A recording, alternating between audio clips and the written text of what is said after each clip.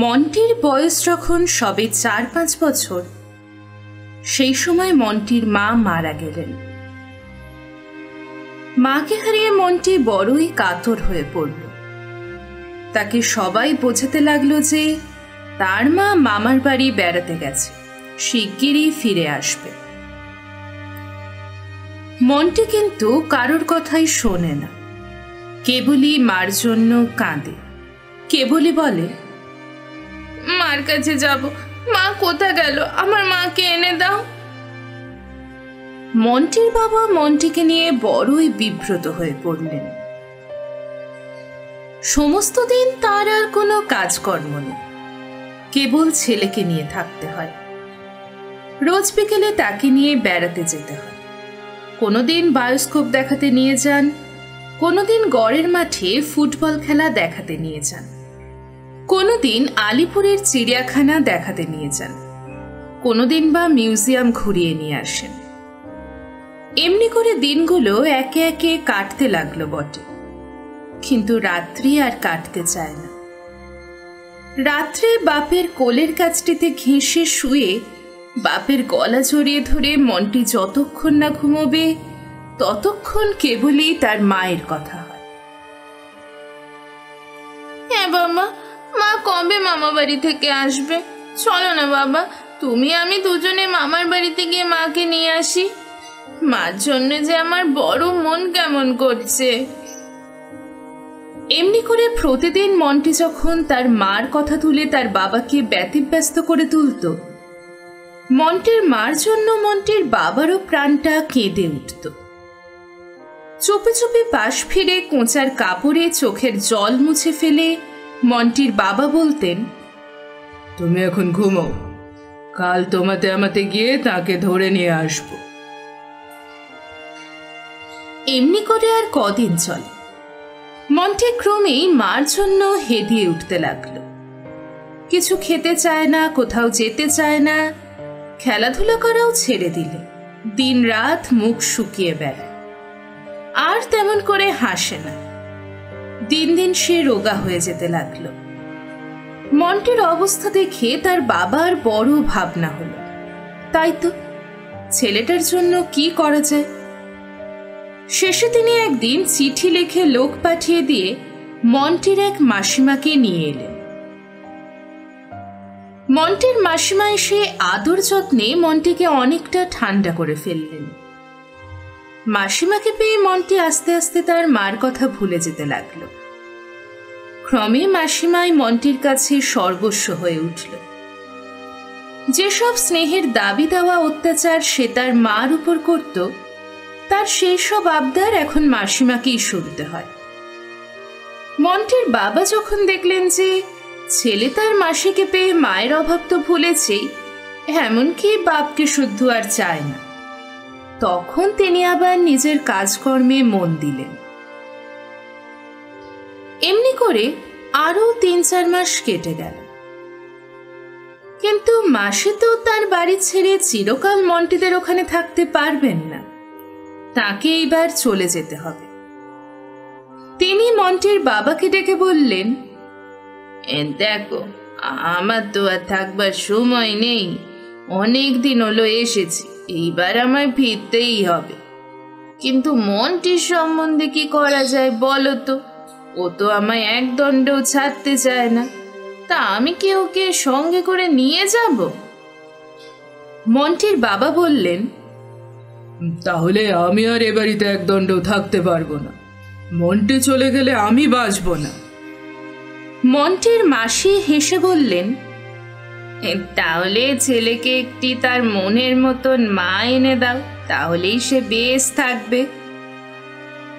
মন্টির বাবা বললেন, সে এখন আমি কোথায় পাবো? তার চেয়ে মন্টির দিদিমাকে দেশ থেকে আনতে পাঠাই না কেন? তিনি তো একলাটি সেই পাড়াগাঁয়ের মধ্যে পড়ে আছেন, তাকে নিয়ে আসি, এখানে থাকবেন আর তার নাতিকে দেখবেন শুনবেন। মন্টির মাসি ঘাড় নেড়ে বললেন, তিনি আর এ বাড়িতে ঢুকবেন না। যে বাড়িতে তার মেয়ে মারা গেছে সে বাড়ি তিনি আর মারাবেন না। তাছাড়া দেশের বাড়িতে তার আর কেউ নেই যে সন্ধ্যের সময় তুলসী তলায় একটা প্রদীপ জেলে দেবে। তিনি সে ভিটে ছাড়া আর কোথাও নড়বেন না। মন্টির বাবা বললেন, তবেই তো মুশকিল, তাহলে এখন উপায় কি? মন্টির মাসি বললেন, একমাত্র এর সহজ উপায় হচ্ছে যে তুমি আবার একটি বিয়ে করে নতুন বউ নিয়ে এসো, সে এসে মন্টির মা হবে। মন্টির বাবা বললেন, তুমি আর কিছুদিন থাকো, আমি ভেবে দেখি। মন্টির বাবা যেদিন আবার একটি বিয়ে করে বউ নিয়ে এলেন, মন্টির মাসি তার কাছে মন্টিকে নিয়ে গিয়ে বললেন, বউ, এই তোমার ছেলে, একে মানুষ করবার ভার এখন তোমাকেই নিতে হবে। মন্টিকে বললেন, মন্টি, এই তোমার নতুন মা, খুব লক্ষ্মী ছেলের মতন এর কাছে থাকবে। ইনি তোমায় খুব আদর যত্ন করবেন, খুব ভালোবাসবেন। মন্টি তার নতুন মার মুখের দিকে অনেকক্ষণ ফ্যাল করে চেয়ে রইল। নতুন মা হেসে হাত নেড়ে তাকে কাছে ডাকলেন। মন্টির এই নতুন মাটিকে বেশ পছন্দ হল। সে ছুটে গিয়ে একেবারে তার গলা জড়িয়ে ধরে জিজ্ঞাসা করল, তুমি আমার মা? নতুন মা তাকে বুকে জড়িয়ে ধরে চুমু খেয়ে বললেন, হ্যাঁ। মন্টির মাসি এদের দুজনের এই সদ্ভাব দেখে বেশ খুশি হয়ে নিজের বাড়ি ফিরে গেলেন। কিন্তু কিছুদিন যেতে না যেতেই মন্টির নতুন মা মন্টিকে বড় অযত্ন করতে আরম্ভ করলেন। মন্টি একটু কিছু দুষ্টুমি করলেই তিনি মন্টিকে ধরে খুব মারধর করতেন। মন্টির বাবা কাজকর্ম থেকে ফিরে এলেই মন্টি তার কাছে গিয়ে কাঁদতে কাঁদতে বলে দিত। মন্টির বাবা প্রথম প্রথম মন্টির দিকে হয়ে তার নতুন মাকে খুব বকতেন এবং মারধর করতে বারণ করতেন। এতে কিন্তু আরো উল্টো ফল হতো। মন্টির বাবা বাড়ি থেকে বেরিয়ে গেলেই মন্টির নতুন মা তাকে আরো বেশি করে শাসন করতেন। পেট ভরে তাকে খেতে দিতেন না, কথায় কথায় উঠতে বসতে দাঁত খিঁচুতেন। খুব মেরে ধরে ঘরের ভিতর সমস্ত দিন চাবি বন্ধ করে রেখে দিতেন। মন্টি বেচারি কেঁদে কেঁদে ঘুমিয়ে পড়ত। একদিন সে ঘুমোতে ঘুমোতে স্বপ্ন দেখল যে তার পুরনো মা এসে যেন তাকে বলছেন, মন্টি, আয়, আমার সঙ্গে তোর মামার বাড়ি গিয়ে থাকবি, এখানে আর থাকিস নি। মন্টি ঘুম ভেঙে উঠে তাড়াতাড়ি মা মা ডেকে ঘর থেকে বেরোতে গিয়ে দেখলে ঘরের দোর বাইরে থেকে বন্ধ করা রয়েছে। সে তখন ভয়ানক চেঁচামেচি করতে লাগলো, দরজায় লাথি মারতে লাগলো। তার নতুন মা তার এই কাণ্ড দেখে ভয়ানক রেগে এসে দরজা খুলে তাকে টেনে বার করে মারতে মারতে বাড়ি থেকে তাড়িয়ে দিলেন। মন্টি বাড়ির সদর দরজার কাছে দাঁড়িয়ে কাঁদতে লাগলো দেখে তিনি সদর দোর বন্ধ করে দিয়ে উপরে চলে গেলেন। মন্টি দোরের ধারে চৌকাঠের উপর আছড়ে পড়ে কাঁদতে লাগলো, ও মা, তোর কোলে দাও, তোমার দুটি পায়ে পড়ি, আর আমি দুষ্টুমি করবো না। কিন্তু কেউ তাকে দরজা খুলে দিলে না। তখন ঠিক দুপুর বেলা, রাস্তায় লোকজনও কেউ চলছিল না। বেচারি একলাটি সেইখানে পড়ে কাঁদতে কাঁদতে রাস্তার ধারেই ঘুমিয়ে পড়ল। মন্টির যখন ঘুম ভেঙে গেল, সে জেগে উঠে দেখলে যে তার সেই পুরনো মায়ের কোলে সে শুয়ে রয়েছে। আহ্লাদে গদগদ হয়ে সে তার মার গলা জড়িয়ে ধরে বললে, মা, তুমি এসেছো? এতদিন কোথায় ছিলে? তুমি আমার লক্ষ্মী মা, নতুন মা দুষ্টু, আমি তোমার কাছে থাকবো। মন্টির মা বললেন, সেই জন্যই তো তোমাকে আজ নিতে এসেছি, চলো, তুমি আমার সঙ্গে চলো। মন্টি আনন্দে নাচতে নাচতে তার মার হাত ধরে এগিয়ে চলল। মার সঙ্গে গিয়ে মন্টি ট্রামে উঠল।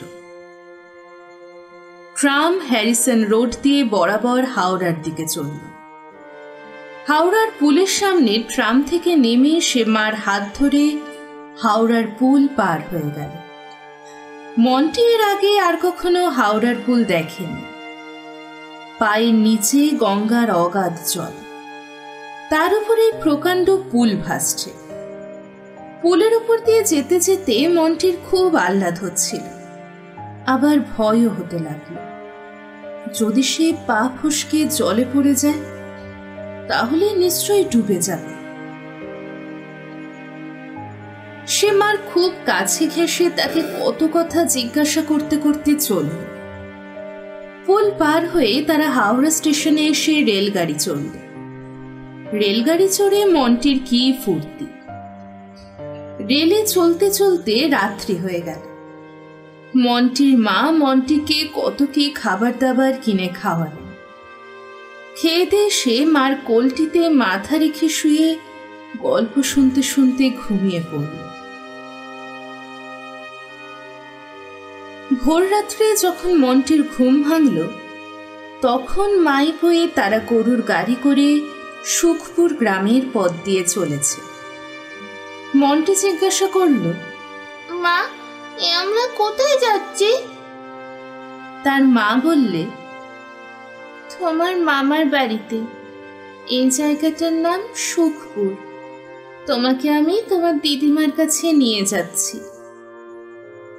মন্টির একথা শুনে ভারী আনন্দ হল। অনেকদিন সে দিদিমাকে দেখেনি। দিদিমা তাকে কত আদর যত্ন করবেন, কত ভালোবাসবেন। সুখপুরে সে নিশ্চয়ই সুখে থাকবে। সকালবেলা সূর্য উঠবার আগেই তাদের গরুর গাড়ি একখানি সুন্দর পরিষ্কার কুটিরের সামনে এসে দাঁড়াল। মন্টির মা মন্টির হাত ধরে তাকে গাড়ি থেকে নামিয়ে গরুর গাড়ির গাড়োয়ানকে ভাড়া দিয়ে তাকে বিদায় করে দিলেন। তারপর মন্টিকে সেই কুটিরের বন্ধ দ্বারের কাছে ছেড়ে দিয়ে বললেন, তোর দিদিমাকে ডাক, দরজা খুলে দেবেন। আমি ততক্ষণে ওই পুকুর ঘাটে গিয়ে মুখ হাত পা ধুয়ে আসি।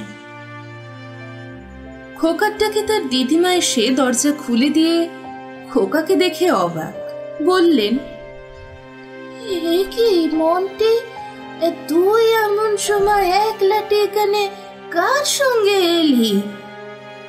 মন্টি বলল, কেন, আমি তো মার সঙ্গে এলুম। মন্টির কথা শুনে দিদিমা চমকে উঠলেন। সে কি, খোকা এ কি বলছে? তার মা যে আজ 1 বৎসর হতে চলল মারা গেছে, তবে ও কার সঙ্গে এলো? বোধহয় ওর বাবা আবার যে বিয়ে করেছে সেই বউয়ের সঙ্গে এসেছে। তিনি মন্টিকে কোলে তুলে নিয়ে আদর করতে করতে বললেন, ও, তুই বুঝি তোর নতুন মার সঙ্গে এসেছিস? কই, সেমে গেল কোথায়? মন্টি সজোরে ঘাড় নেড়ে বললে, না গো না, নতুন মা নয় দিদিমা, আমার মা। আমার নতুন মা বড় দুষ্টু, সে আমাকে আসতে দিত না। আমার পুরনো মা আমাকে নিয়ে এসেছে। মা আমাকে দরজা ঠেলে তোমাকে ডাকতে বলে ওই সামনের পুকুরে হাত মুখ ধুতে গেছে। মন্টির দিদিমা কথাটা শুনে আশ্চর্য হয়ে বললেন, ওই কোন পুকুরে গেল? চল তো দেখি। মন্টি মহা উৎসাহে তার দিদিমাকে নিয়ে সেই পুকুর ঘাটে গিয়ে হাজির হল।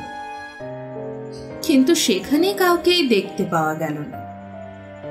তখন তার দিদিমা মনে করলেন, ছেলে মানুষ, মাকে হয়তো ঠিক চিনতে পারেন, গ্রামের অন্য কোনো বউ ছেলের সঙ্গে এসেছে হয়তো, তাই বলছে মার সঙ্গে এসেছি। তিনি বললেন, আচ্ছা ঘরে চল, সে এখনই আসবে বোধ হয়। দিদিমা শোবার ঘরে ঢুকে মন্টি দেখলে দেওয়ালে তার মার একখানি বাঁধানো ফটোগ্রাফ ঝুলছে। মন্টি বললে, ওই যে আমার মার ছবি রয়েছে, ওই মাই তো আমায় নিয়ে এলো। মন্টির দিদিমা তার কথা শুনে অবাক। শেষে সমস্ত শুনে তিনি বললেন,